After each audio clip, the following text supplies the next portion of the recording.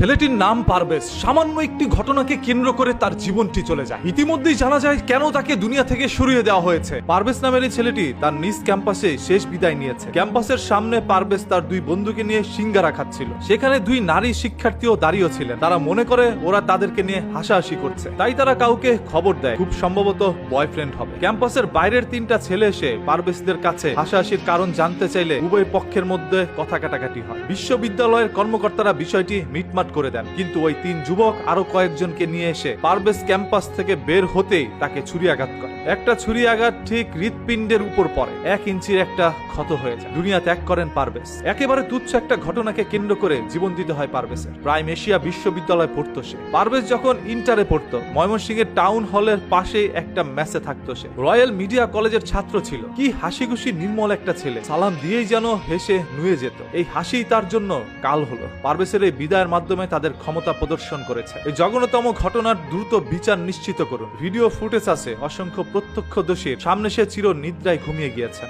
এখনো তার হত্যাকারীকে গ্রেপ্তার করা হয়নি। সে ঢাবি বুয়েটের ছাত্র না, এই জন্য কেউ চুপ থাকবেন না। সবাই আসামির বিচারের দাবি তুলুন। এই দেশের মধ্যে আবার দাবি না তুললে কারো বিচার হয় না। মানুষের জীবন নেওয়া এই দেশে এতটাই সহজ হয়ে গেল, যে খুশি যার জীবন নিয়ে যাবে। পারভেজের বাবা একজন প্রবাসী। সেই প্রবাসের মধ্যে বসে কঠিন পরিশ্রম করে পারভেজকে তিনি বাংলাদেশের মধ্যে পড়াশোনা করেছেন। মানুষের মতো মানুষ করে গড়ে তোলার জন্যই তার বাবার এই কঠিন পরিশ্রম। তবে আজকে হঠাৎ করে একটি আলো যেন নিভে গেল। পারভেজ তার বন্ধুদের সাথে হাসাহাসি করছিল, আর ওই মেয়েগুলো ভেবেছিল তাকে দেখে পারভেজটা হাসাহাসি করছে, যার কারণে সেই মেয়ের পরিচিত কয়েকটি ছেলেকে ফোন দিয়ে নিয়ে আসে। এসে পারভেজের সাথে বাগবিদণ্ডার মধ্যে জড়িয়ে যায়। কলেজের শিক্ষকরা বিষয়টি মিটমাট করে দিল। কিছুক্ষণ পরে পারভেজ যখন ক্যাম্পাস থেকে বেরোলো, তখনই ওই ছেলেগুলো আরো অসংখ্য ছেলেকে এনে তার উপর ঝাঁপিয়ে পড়ে, নির্মম ভাবে এই দুনিয়া থেকে তাকে সরিয়ে দেয়। ধরেই নিলাম দুইটি মেয়েকে দেখে পারভেজ হাসাহাসি করেছে, এই জন্য একটা জীবন দিয়ে দিতে হবে। ওই মেয়েগুলো কারা, ওই মেয়ের সাথে এই সকল ছেলেগুলোর সম্পর্ক কি, তাদেরকে দ্রুত বের করে আনো। এবং এই ঘটনাটিকে টেনে ধরে কিন্তু আবার রাজনীতির দিকে নেওয়া হচ্ছে, যেখানে উল্লেখ করা হয় বৈষম্য বিরোধী ছাত্র আন্দোলনের কিছু কর্মী এবং নেতা সহ এসে নাকি পারভেজের উপরে ঝাঁপিয়ে পড়েছিল। আর যেহেতু পারভেজ একজন ছাত্র দলের কর্মী, সেহেতু ছাত্র দল থেকে কিন্তু মিছিল বের হয়েছিল, যে মিছিলের মধ্যে দাবি একটাই, বৈষম্য বিরোধী ছাত্র আন্দোলনের সেই সকল নেতা কর্মীকে যথাসম্ভব দ্রুত